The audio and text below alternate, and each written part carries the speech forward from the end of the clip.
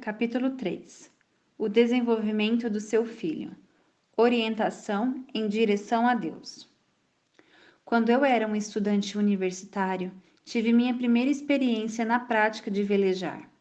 Recordo-me de minha surpresa ao saber que a direção da embarcação não era orientada pelo vento, mas pela posição da vela. Em um sentido, a orientação voltada para Deus é como o posicionamento da vela de navegação na vida de uma criança. Sem importar quais sejam as influências da vida, é a direção da criança voltada para Deus que determina sua reação àquelas influências formativas. Provérbios 9, 7 a 10 contrasta a reação do homem zombador e do sábio quanto à repreensão e à instrução. O que repreende o escarnecedor traz afronta sobre si, e o que censura o perverso a si mesmo se injuria. Não repreendas o escarnecedor, para que te não aborreça. Repreende o sábio, e ele te amará. Dá instrução ao sábio, e ele se fará mais sábio ainda. Ensina ao justo, e ele crescerá em prudência. O temor do Senhor é o princípio da sabedoria, e o conhecimento do santo é prudência. O versículo 10 nos ajuda a ver o que finalmente determina se uma criança responde como um homem zombador ou como um sábio. É o temor do Senhor que torna alguém sábio, e é essa sabedoria que determina como ele responde à orientação. Orientação em direção a Deus. O quadro abaixo representa a criança como um ser de aliança, um ser religioso. Uso essa expressão para lembrar-nos de que todos os seres humanos têm uma orientação em direção a Deus. Todos são essencialmente religiosos. As crianças são adoradoras, ou adoram a Jeová ou os ídolos. Elas não são neutras. Seus filhos filtram as experiências da vida através de uma peneira religiosa que lhes serve de referencial. Romanos 1, 18 e 19 diz: A ira de Deus se revela do céu contra toda impiedade e perversão dos homens, que detêm a verdade pela injustiça. Portanto, o que de Deus se pode conhecer é manifesto entre eles, porque Deus lhes manifestou. Todos os homens têm a revelação clara de Deus sobre a verdade, mas os pervertidos suprimem essa verdade por sua impiedade. Eles recusam-se a reconhecer e se submeter às coisas que Deus tornou óbvias.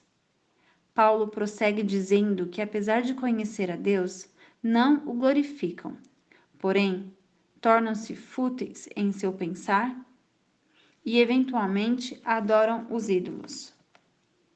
Na linguagem de Romanos 1, seus filhos ou reagem a Deus pela fé ou suprimem a verdade pela injustiça. Se correspondem a Deus pela fé, encontram realização em conhecê-lo e servi-lo. Se suprem a verdade pela injustiça, adoram e servem a criação em vez de ao Criador. Esse é o sentido em que uso o termo orientação em direção a Deus. 2 caminhos a escolher. O segmento esquerdo superior do quadro mostra uma pessoa que é um adorador do único Deus verdadeiro. A seta apontada em direção a Deus indica a orientação de seu coração. Essa pessoa quer conhecer e servir a Deus cada vez mais. A seta apontada a partir de Deus indica que ele inicia e sustenta ativamente a atuação desse seu filho. A divisão esquerda inferior mostra uma pessoa envolvida em idolatria. Ela curva-se diante de coisas que não são Deus e não podem satisfazer. Para ser preciso, uma criança pode não estar consciente de seu compromisso religioso, mas ela é nunca neutra. Feita à imagem de Deus, ela é criada com uma orientação à adoração. Mesmo sendo uma criança pequena, estará adorando e servindo a Deus ou aos ídolos. Davi nos lembra disso no Salmo 58:3. Desviam-se os ímpios desde a sua concepção, nascem e já se desencaminham, proferindo mentiras. As palavras do Salmo 51:5 são ainda mais conhecidas. Eu nasci na iniquidade e em pecado me concebeu minha mãe.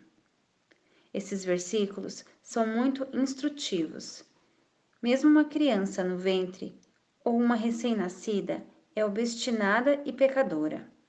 Aprendemos que o homem se torna um pecador porque ele é um pecador.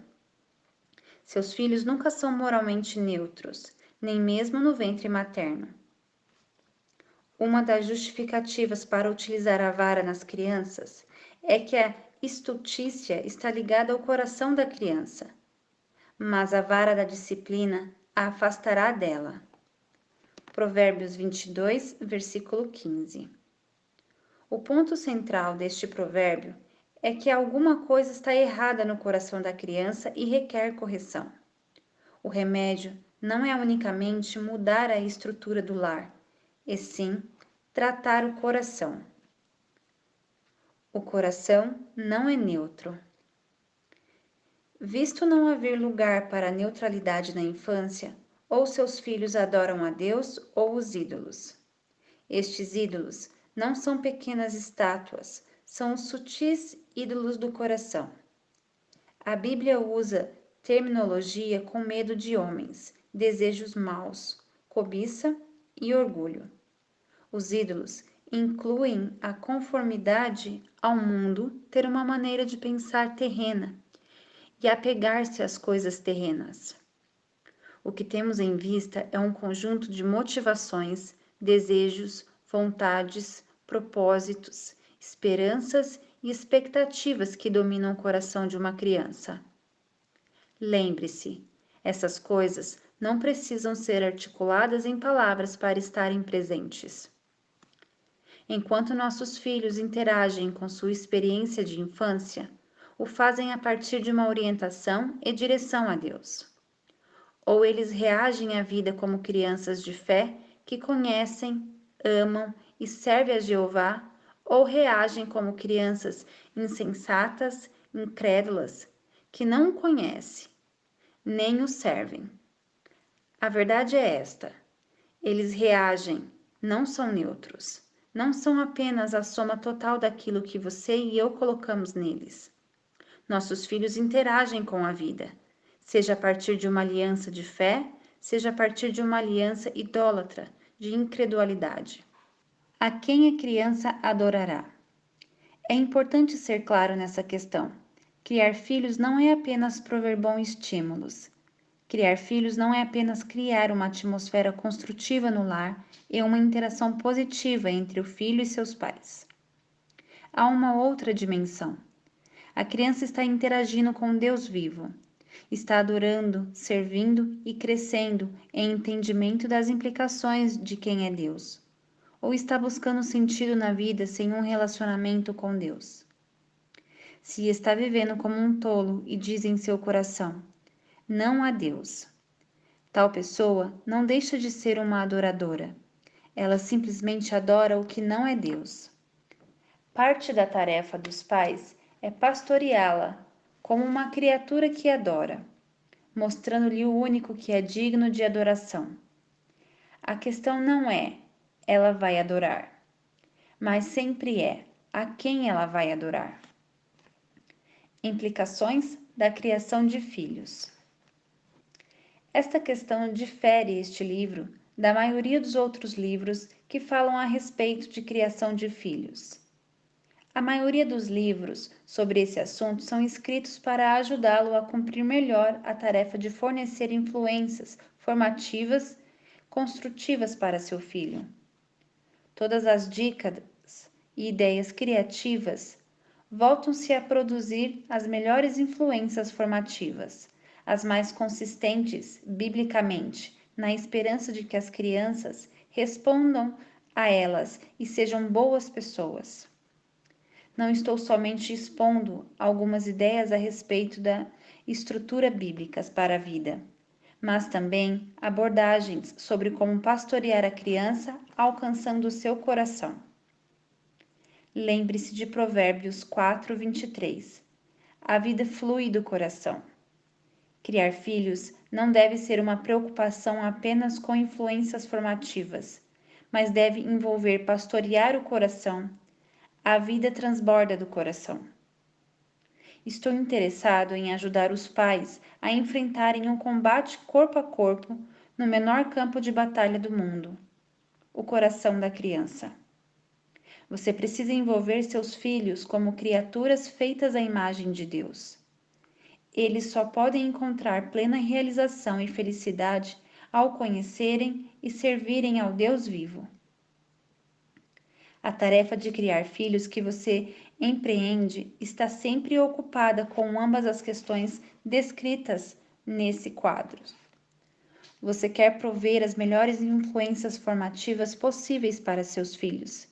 Deseja que a estrutura de seu lar ofereça a estabilidade e segurança que eles necessitam. Alguém almeja que a qualidade de relacionamentos em seu lar reflita a graça e a misericórdia de Deus pelos pecadores que fracassam, o que demonstra o caráter de Deus. Você quer que as punições sejam medidas tomadas com facilidade de refletirem a visão de um Deus santo a respeito do pecado, e que os valores em seu lar sejam fundamentados nas Escrituras. Você deseja controlar o fluxo dos eventos de modo que nunca tornem um lar caótico, e sim bem estruturado. Você quer oferecer uma atmosfera saudável e construtiva para suas crianças. Após tudo ser dito e feito, essas coisas importantes como são nunca construirão a história completa. Seu filho não é apenas um produto destas influências formativas. Ele interage com todas essas coisas. Interage de acordo com a natureza de escolhas pactuais que está fazendo. Ou reage à bondade e à misericórdia de Deus pela fé, ou reage com incredulidade. Ou ele passa a amar e confiar ainda mais no Deus vivo, ou se volta cada vez mais para várias formas de idolatria e autoconfiança. A questão não é apenas a natureza das influências formativas de sua vida, mas como ele tem reagido a Deus no contexto dessas influências formativas. Visto que a orientação em direção a Deus no coração de seu filho determina sua resposta à vida. Você nunca poderá concluir que os problemas dele não são apenas uma falta de maturidade. O egoísmo e a rebelião contra a autoridade não são fases passageiras. Essas coisas não são temporárias, visto que não refletem a imaturidade, mas sim a idolatria do coração do seu filho. Um adolescente chamado Alberto era um filho mentiroso. Ele agia mal na ausência de seu pai. Mentia até quando não era vantajoso. Frequentemente, roubava dinheiro dos pais. Seu pai insistia em interpretar seu comportamento como imaturidade. O pai estava correto sobre a imaturidade de Alberto. Ele era imaturo, mas não era essa a razão pelo qual tornara-se uma pessoa em que não se podia confiar.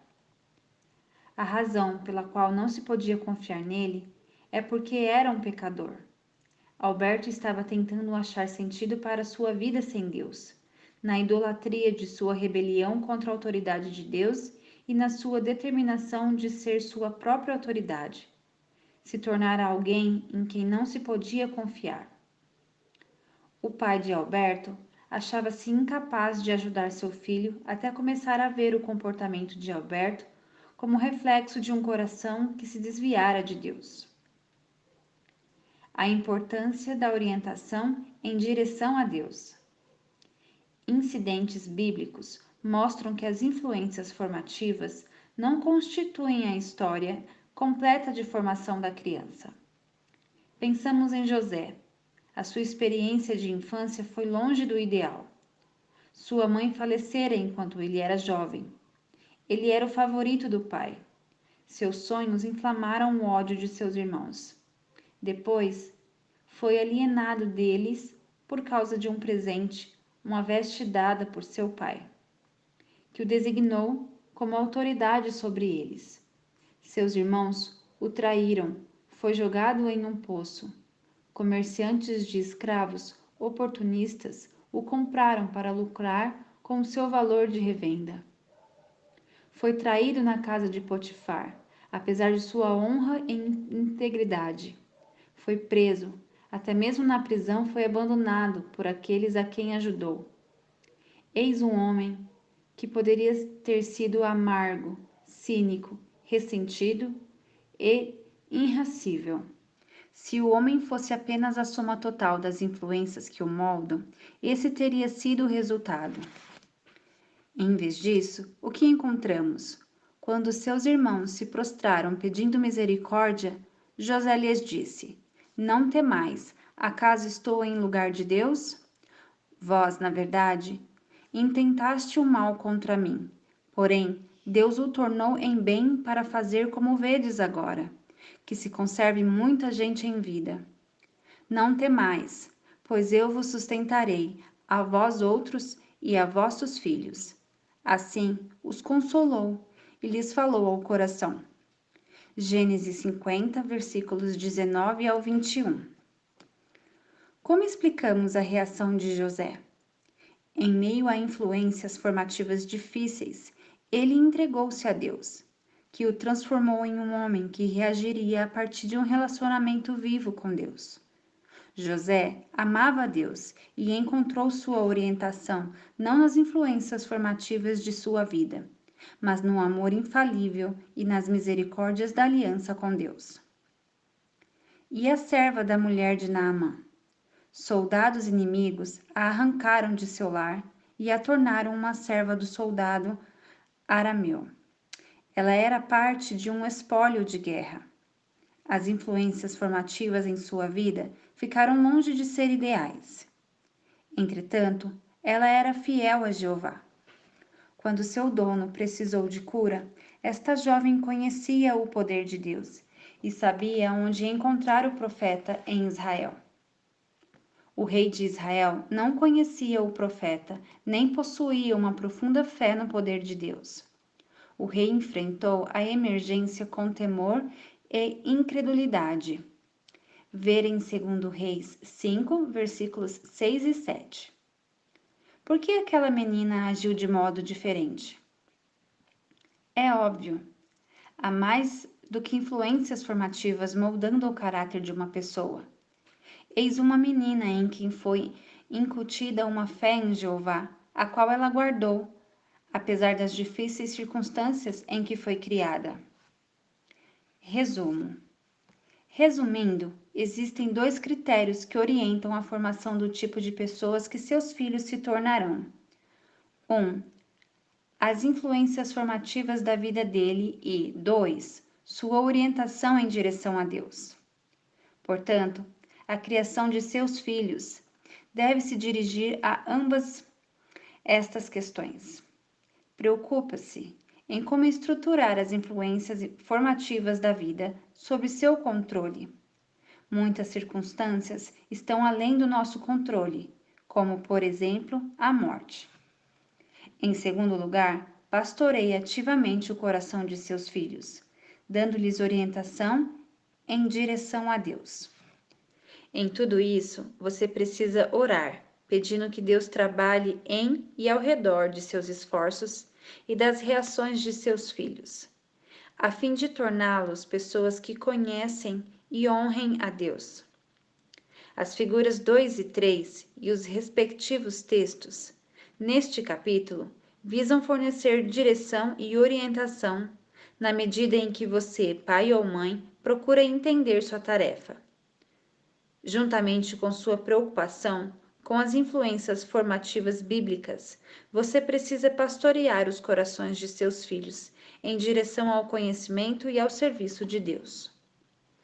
No próximo capítulo, examinaremos as questões fundamentais a respeito da criação de filhos. Qual o significado dos pais funcionarem como agentes de Deus? Qual é a natureza de sua tarefa? Qual é a função da disciplina e da correção? Aplicação prática. 1. Você tende a ser determinista no modo como vê a criação de filhos?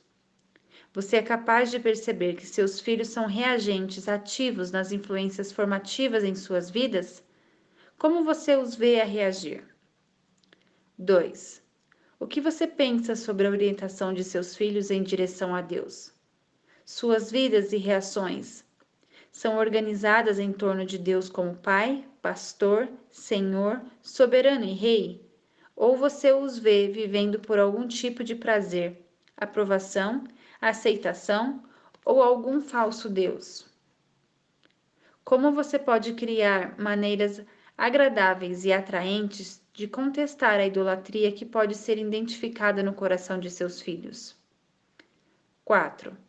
Como você pode focalizar sua correção com mais profundidade no sentido de orientar em direção a Deus? Como você pode ajudar seu filho a ver que ele está investindo em coisas que não podem satisfazê-lo? Você e seu cônjuge separam um tempo para orar a Deus, a fim de que ele se revele aos seus filhos? Afinal, Deus é poderoso para fazer qualquer obra nos corações deles.